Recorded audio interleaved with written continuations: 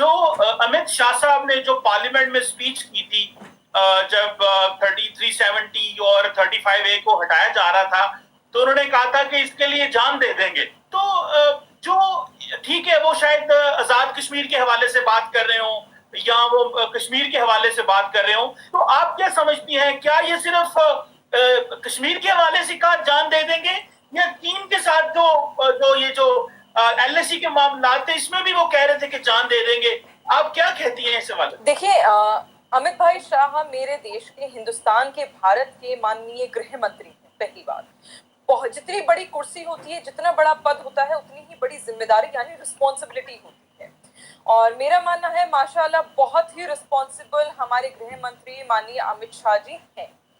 जब वो ये बात करते हैं कि 370 और 35A की उन्होंने बात करी, जब भी वो बॉर्डर की बात करते हैं या कोई भी इस प्रकार की बात होती है जहां पर ये बोला जाए कि हमें अपने देश को और सुरक्षित और मजबूत और आवाम यानी जनता को और मजबूत करना है,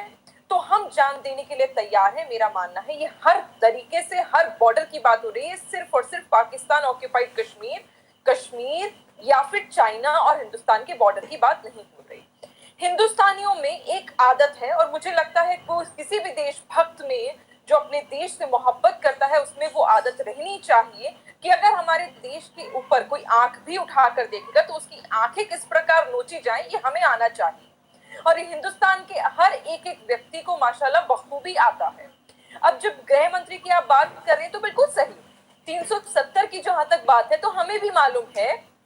कि कहां से, किन देशों से एक्सपोर्ट किए जाते हैं आतंकवादी और हमारे देश में कश्मीर में भेजे जाते हैं, ताकि हिंदुस्तान में, कश्मीर में, हमारे जम्मू और कश्मीर में, हिंदुस्तान में जो दहशतगर्दी है वो मचाई जा सके। तो उसका तो एक कॉन्टेक्स्ट था ही। अब आपने बात करी LAC और लद्दाख की, बिल्कुल, और यही वजह है उन्हें नाको चने हमने चबवाए। आप देखिए, बिल्कुल ऑफिशियल स्टेटमेंट 2 दिन तक चाइना अपनी जारी नहीं कर पाया था कि उनके कितने सैनिकों को हिंदुस्तान के सैनिकों ने मार गिराया है। तो घुटने टेकने पर हिंदुस्तान की आर्मी ने माशाल्लाह चाइना को मजबूर कर दिया, और 2 दिन बाद उनके सूत्रों के हवाले से खबर आती है कि 40 से अधिक उनके सैनिकों को हम लोगों ने मारा है। तो ये बात, ये एक मैसेज हिंदुस्तान की तरफ से बहुत क्लियर है हर एक बॉर्डर पर कि हिंदुस्तान पे कोई भी आंख उठाएगा हम उसको बख्शेंगे नहीं।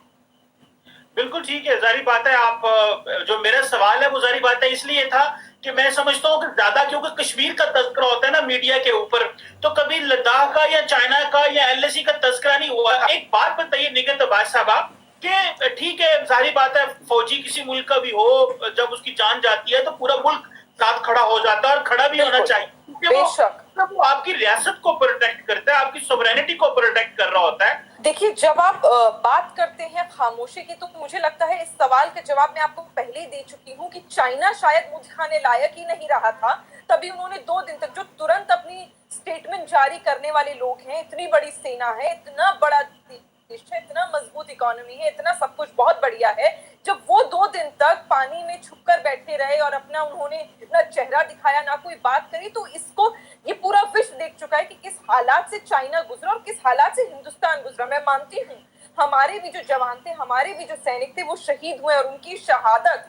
जो है वो कभी ना भूली जाएगी और ना ही हम उसका बदला लेने से चूकेंगे, और हमने बखूबी वो लिया भी। अब आपने कहा शांति, आपने सुनी होगी वो कहावत कि तूफान से आने से पहले वाली एक शांति होती है, तो आप उसी शांति को समझ लीजिए, क्योंकि सिर्फ बॉर्डर पे नहीं, सिर्फ सेना के बल से नहीं, चाइना को हमारी तरफ से दोहरी मार पड़ने वाली है इकोनॉमी की। क्योंकि आप तो माशाल्लाह बहुत हमारे प्रधानमंत्री को सुनते हैं, तो आपने सुना होगा आत्मनिर्भर के बारे में, आत्मनिर्भरता के बारे में, which is जब हम खुद रिस्पॉन्सिबल हो जाएंगे, जो कि कोविड-19 के चलते हमारे देश ने, हमारे देश के लोगों ने वो अपॉर्चुनिटीज निकाली भी, जो मास्क वगैरह, PPE किट्स हमारे देश में नहीं बनती थी, इंपोर्ट होती थी, आज हम वो खुद बना रही हैं। तो वो इकोनॉमी की मार हिंदुस्तान के जरिए, हिंदुस्तान के माध्यम से चाइना पे बहुत बुरी पड़ने वाली है, क्योंकि इस बात में कोई दो राय नहीं कि जितना सामान हिंदुस्तान और चाइना के बीच इंपोर्ट एक्सपोर्ट होता है, शायद किसी और देश में होता ही ना हो, चाहे से ये बॉर्डर पास कह लीजिए या फिर आप लार्जेस्ट इकोनॉमी, लार्जेस्ट पॉपुलेशन की बात कर लीजिए वर्ल्ड वाइड, तो वो बहुत बड़ी बात है। और इस बात से चाइना बहुत घबराया हुआ है, क्योंकि हमारे साथ साथ अब पूरा विश्व चाइना का बहिष्कार यानी बॉयकॉट करने वाला है, जिस प्रकार उन्होंने कोविड-19 को फैलाया। मैं मानती हूँ आपकी बहुत अच्छी मित्रता है, आपकी बहुत अच्छी फ्रेंडशिप है आपके देश की चाइना से, शायद आप लोग ना करें, पर हमारे लिए हमारी आवाम सबसे इंपॉर्टेंट है। हम वो बिजनेस उनके लिए छोड़ देंगे, हम काम उनके लिए छोड़ देंगे, हम अपने हिंदुस्तान को ही मजबूत करेंगे। मैं मानती हूँ थोड़ा वक्त लगेगा, पर इंशाल्लाह हम उस जगह पहुंचेंगे जहां हमें चाइना से दूर दूर तक बात करने की ना जरूरत होगी ना थी कभी। मैं तो बात करूं नेपाल, भूटान और जहां जहां चीन ने अपना, और बांग्लादेश बस ये याद रखिएगा, बस सुनिए, माफ कीजिएगा, आपको बीच में टोक रही हूँ, माफ कीजिएगा, बस एक बात बहुत ही प्यारी बोलूंगी और इस बात पे आपकी आवाम शायद ठहाके मार मार के हंसेगी कि आप तो चाइना का समर्थन कर देंगे, सपोर्ट कर देंगे, कहीं कल आपको दिक्कत हो गई तो चाइना आपको सपोर्ट करेगा नहीं करेगा, ये रात भर जग के आज सोचिएगा चीमा साहब, क्योंकि आपकी आवाम जानती है कि चाइना कितना पीठ पे छुरा भोंकने वाला है। बाकी आपकी मर्जी करिए, हम सबका सामना करने को तैयार है। नेपाल जैसा छोटा मुल्क, नेपाल, भूटान, चाइना, इसी तरह एक एक करके सारे आपके खिलाफ होंगे। चीमा साहब, क्या आप वाकई ये मानते हैं, अपने दिल पर हाथ रख के बताइए कि भूटान और नेपाल से हमें डरने की जरूरत है? बात डरने की नहीं है, एक छोटी सी बात है, नहीं बात है, आपने कहा कि कल आपके पीछे पड़ेंगे, उसमें डरने की बात है। एक छोटी सी बात, कहीं मुझे ये बता रहे, नेपाल और भूटान, हिंदुस्तान की जो सेना है, निकट भाषा में एक छोटी सी बात, हर मुल्क सॉवरेन होता है, मैं टोकता कभी भी नहीं हूँ, हर मुल्क सॉवरेन होता है और बराबर होता है, छोटे बड़े की बात नहीं है। छोटे बड़े की बात ही नहीं करी मैंने, कब कहा छोटे बड़े? बहुत बड़ी चीज है जी, आप बोले। मैंने एक दफा नहीं कहा, आप रिवाइंड करके देखिए, मैंने एक दफा नहीं कहा नेपाल और भूटान छोटा देश है, माशाल्लाह बहुत बड़ा देश है। मैंने बस ये कहा कि आपको वाकई लगता है हमें उनसे डरने की जरूरत है? मैंने तो कहा नहीं छोटा, आपने अपने लफ्जों में अपने आप बयां कर दिया कि आपके जहन में क्या चल रहा है कि कौन मुल्क छोटा है और कौन सा बड़ा। मुझे बताने की जरूरत नहीं है, हिंदुस्तान के पूरे विश्व की आवाम ये बात जानती है। इस हाल में वो अगर उन लोगों को नेपाल और भूटान का चेहरा देखना पड़ रहा है चाइना जैसे देश को, तो माफ कीजिएगा, आप खुद जानते हैं कि चाइना इस समय किस स्थिति, किस हालात में होगा कि उन्हें उनकी तरफ मुड़कर देखना पड़ रहा है। जहां तक भूटान की बात है, पानी बंद करने की बात है, मेरे भाई, भूटान और हिंदुस्तान की दोस्ती आज पहली बार नहीं,